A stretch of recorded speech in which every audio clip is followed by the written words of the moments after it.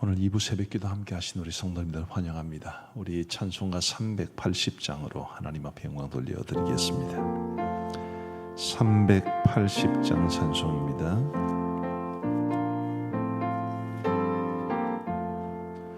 나의 생명 되신 주 주님 앞에 나아갑니다. 주의 흘린 보혈로 정케하사 받아주소서. 날마다 주를 찬송하겠네. 주의 사랑 질러서 나를 굳게 잡아 매소서. 괴로운 세상 지낼 때 나를 인도하여 주소서. 주를 믿고 나가면 나의 길을 잃지 않겠네. 날마다 주를 찬송하겠네. 주의 사랑 질러서 나를 굳게 잡아 매소서. 세상 살아갈 때에 주를 더욱 사랑합니다. 밝고 빛난 천국에 나의 영혼 들어가겠네. 날마다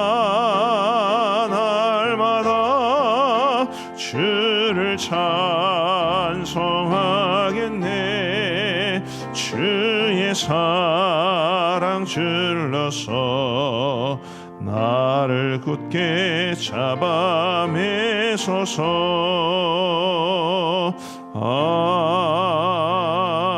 아멘. 우리 하나님의 말씀은 예레미야 39장 말씀입니다. 예레미야 39장 1절부터 18절까지의 말씀을 우리 교독하시겠습니다. 예레미야 39장 1절부터 18절 1절 말씀 제가 먼저 읽어드리겠습니다. 유다의 시드기야 왕의 제9년 열째 달에 바벨론의 느부갓네살 왕과 그의 모든 군대가 와서 예루살렘을 에워싸고 치더니 시드기야의 제11년 넷째 달 아홉째 날에 성이 함락되니라. 예루살렘이 함락되매 바벨론의 왕의 모든 고관이 나타나 중문이 앉으니 곧 네르갈사레셀과 삼갈레부와 내시장 살석이미니 네르갈사레셀은 궁중장관이며 바벨론의 왕의 나머지 고관들도 있더라.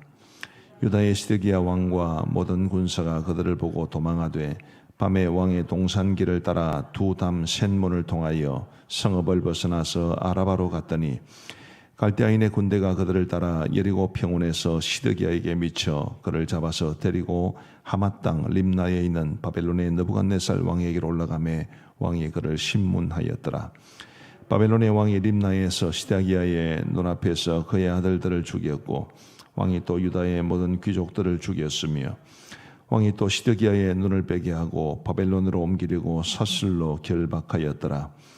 갈대아인들이 왕궁과 백성의 집을 불사르며 예루살렘 성벽을 헐었고 사령관 느부사라단이 성중에 남아있는 백성과 자기에게 항복한 자와 그 외의 남은 백성을 잡아 바벨론으로 옮겼으며 사령관 느부사라단이 아무 소유가 없는 빈민을 유다 땅에 남겨두고 그날의 포도원과 밭을 그들에게 주었더라.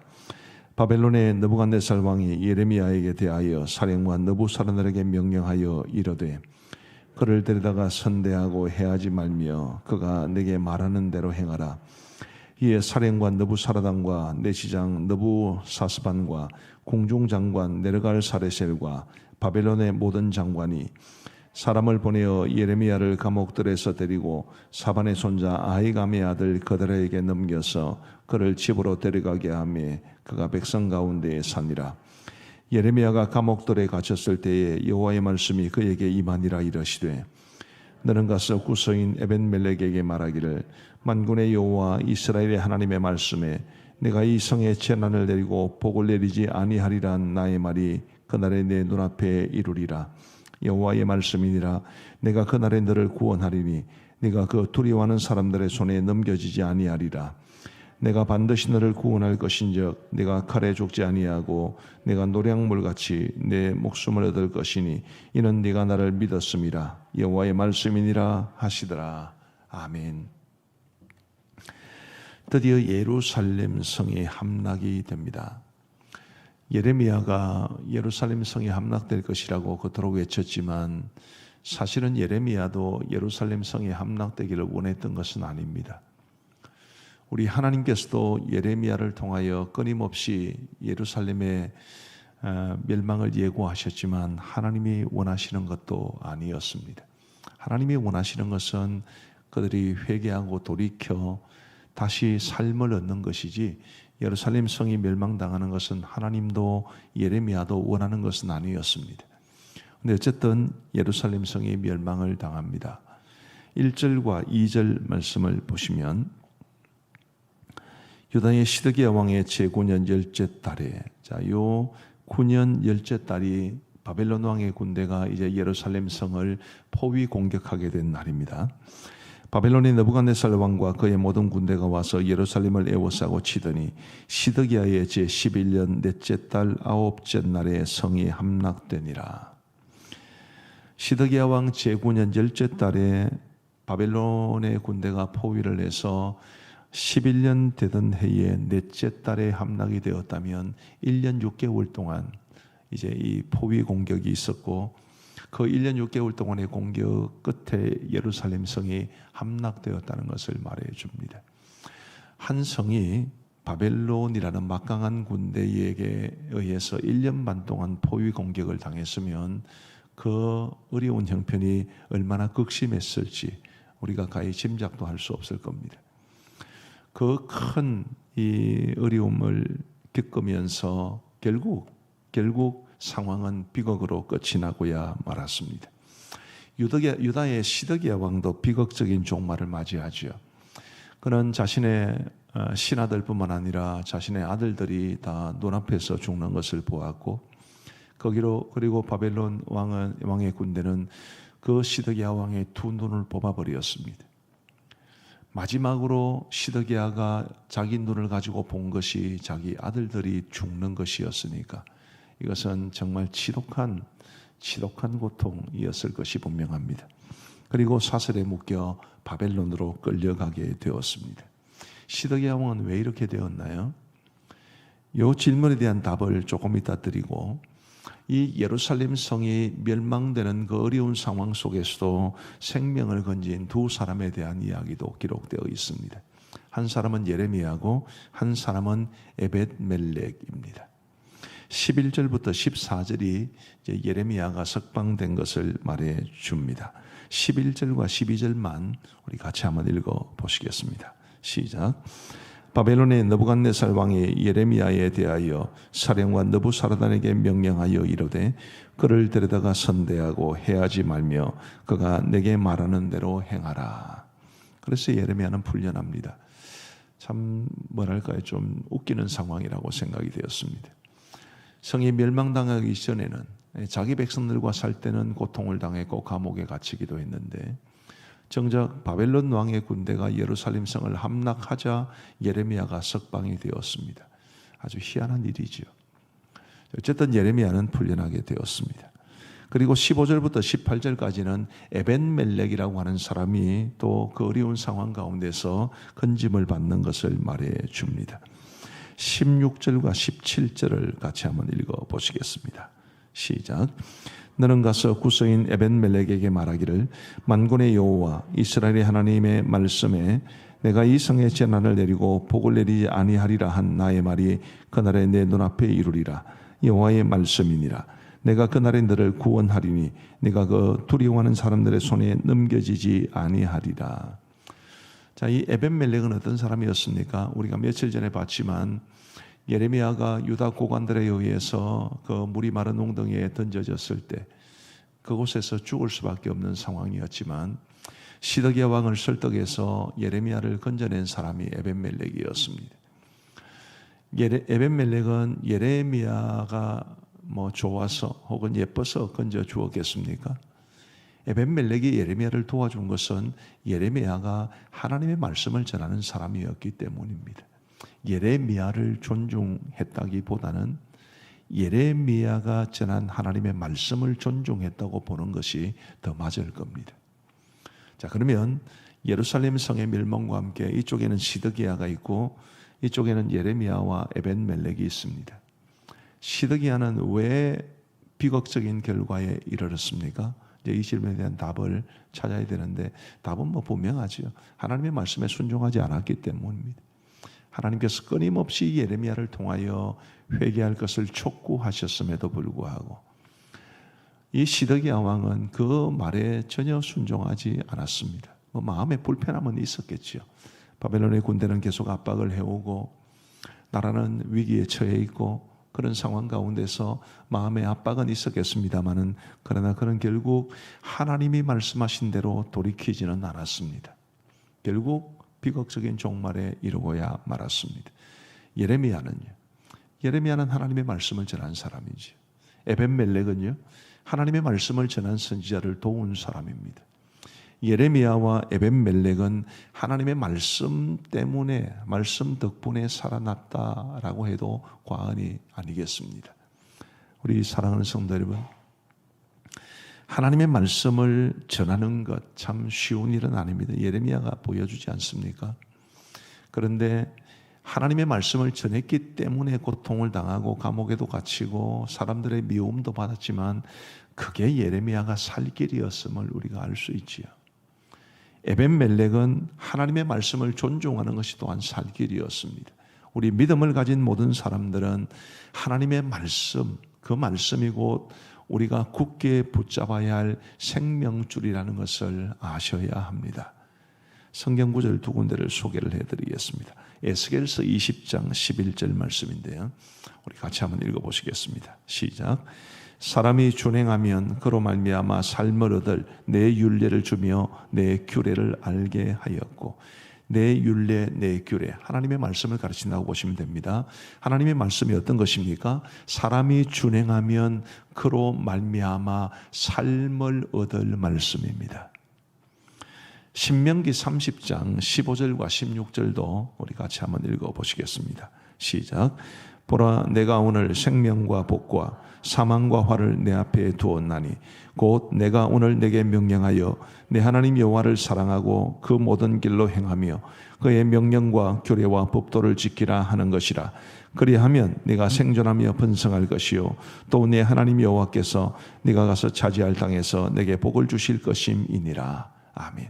하나님께서 우리에게 생명과 복을 두셨고 사망과 화를 두셨습니다. 선택은 우리 몫입니다. 생명과 복을 선택하든지 사망과 화를 선택하든지. 생명과 복을 선택한다는 것은 무슨 말입니까? 신명기 30장 16절이 말하는 것처럼 하나님을 사랑하고 하나님의 길로 행하고 하나님의 말씀을 지키는 것입니다. 우리 사랑하는 성도 여러분, 우리가 살 길이 어디에 있습니까? 우리가 살 길은 말씀밖에 없습니다. 우리가 살아갈 길은 하나님의 말씀, 이 말씀을 철저하게 붙잡고 살아가는 거기에 있는 것입니다. 오늘 이 새벽기도에 참여하는 성도들뿐만 아니라 우리 감정교회 모든 성도들은 하나님께서 우리에게 주시려는 생명과 복을 택할지언정 사망과 화를 택하지는 마시기를 바랍니다. 생명과 복을 선택한다는 것은 곧 하나님의 말씀을 선택하는 것입니다. 하나님을 사랑하고 하나님의 길로 행하기 위하여 하나님의 말씀대로 행하는 삶, 바로 거기에 우리의 생명과 복이 있는 것이고 그 말씀이 곧 우리가 준행하면 그로 말미암아 삶을 얻을 말씀이라는 것을 알고 우리 모두가 예레미야와 에벳멜렉의 길을 걸을지언정 시드기야의 길을 걸어가게 되지는 않게 되기를 바랍니다. 몸이 교회에 있다고 해서 그게 다가 아니고, 몸이 예배의 자리에 있다고 해서 그게 다가 아니고, 우리의 모든 삶 속에서 오직 하나님의 말씀을 사랑하고 그 말씀대로 순종하며 살아가기를 몸부림치는 저와 여러분들 되시기를 우리 주님의 이름으로 축복합니다. 우리 함께 말씀을 생각하며 기도하시겠습니다. 하나님, 내가 살 길이 말씀 붙잡는 것밖에 없다는 것을 말씀해 주셨습니다.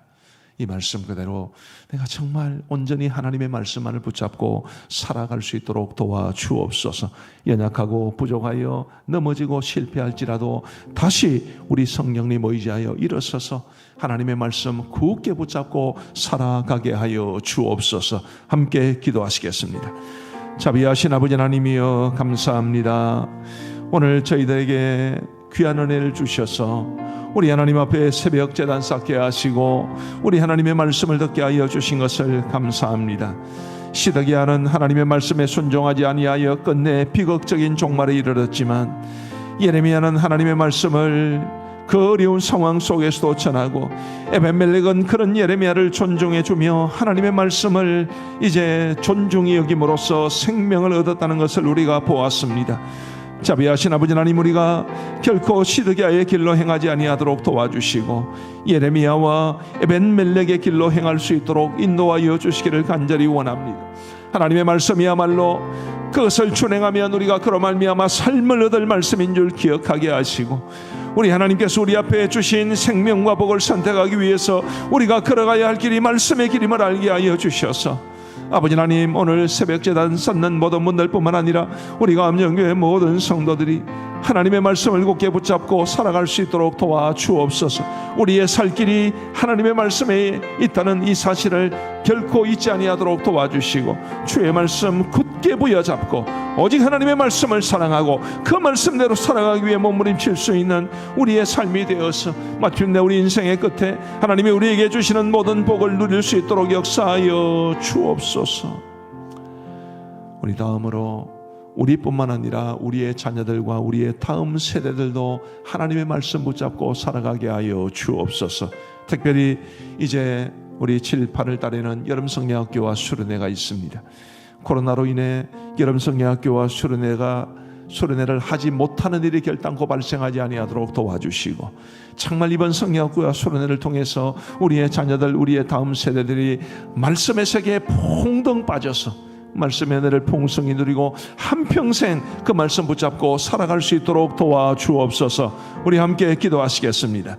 자비하신 아버지 하나님이여, 우리 자녀, 우리의 뿐만 아니라 우리의 자녀들도, 우리 교회 하나님이 주신 다음 세대들도 하나님의 말씀을 굳게 붙잡고 살아가야 하겠사오니 주님이 그들을 지켜주시기를 간절히 원합니다. 아버지 하나님, 늘 말씀의 은혜가 있게 하여 주시고, 하나님의 말씀을 듣는 것이나 읽는 것이나 큐티를 하는 것이나 아버지 하나님이 모든 말씀의 훈련을 잘 받을 수 있도록 인도하여 주시기를 간절히 소원합니다.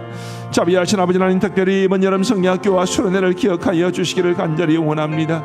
아버지 하나님이여, 이번 성경학교와 수련회가 이 코로나로 인해서 방해받는 일이 결단코 생겨나지 아니하도록 인도하여 주시옵고, 우리의 다음 세대들에게 하나님의 말씀을 전하고 가르치는 이 일을 우리가 신실하게 감당하여 아버지 하나님이 우리의 다음 세대들을 말씀의 반석 위에 견고히 세워갈 수 있도록 인도하여 주시기를 간절히 소원합니다. 자비하신 아버지 하나님, 우리 모든 교육자들과 그리고 모든 교사들의 수고와 헌신 위에 함께하여 주시고, 기도하며 준비하고 있는 가운데 있사오니 하나님께서 그들의 수고와 헌신 위에 또한 기도 위에 기름 부어 주셔서 이번 여름 성경학교와 수련회가 풍성한 말씀 잔치가 되고, 우리의 다음 세대와 자녀들이 이번 수련회와 성경학교를 통해 배우고 또 은혜 받은 말씀을 붙잡고 한평생 살아갈 수 있도록 인도하여 주옵소서. 우리 계속해서 함께 기도하실 때 이 코로나 사태를 놓고 기도하십시다. 코로나 사태가 심상치 않고요. 그저께는 우리 창원에 한 6명 정도가 나왔는데 어제 인터넷 찾아보니까 21명이 발생을 했습니다. 이런 어려운 상황 속에서 우리가 기도함으로써 우리 지역을 지키는 것이 우리 그리스도인들이 해야 할 일이라고 믿습니다. 우리 이 시간 함께 기도할 때 하나님, 우리 교회가 있는 이 지역, 우리 성도들이 살아가는 이 지역을 주님이 지켜 주옵소서. 이 제4차 대확산이라고 불릴 수 있는 이번 이 사태가 속히 마무리되게 하여 주시고, 궁극적으로 코로나 사태가 완전히 종식되는 그날이 속히 오게 하여 주옵소서. 우리 함께 기도하시겠습니다. 자비하신 아버지 하나님이여, 지금 코로나 제4차 대확산이라고 할 만큼 어려운 상황 가운데 있는 것을 주님이 아실 줄 믿습니다. 자비하신 아버지 하나님이여, 간절히 원하옵기는 지금 이 시간 우리가 주님을 향하여 기도함으로 우리의 이 지역을 지키기를 간절히 원하오니 하나님이여 도와주옵소서. 아버지 하나님이여, 우리 교회가 있는 이 지역을, 우리 성도들이 살아가는 지역을 주님이 지켜주셔서 하나님이여, 죄에 걸어간 손으로 하늘의 불말과 불병거, 하늘의 군사들로 우리 지역을 지켜주시기를 간절히 원합니다.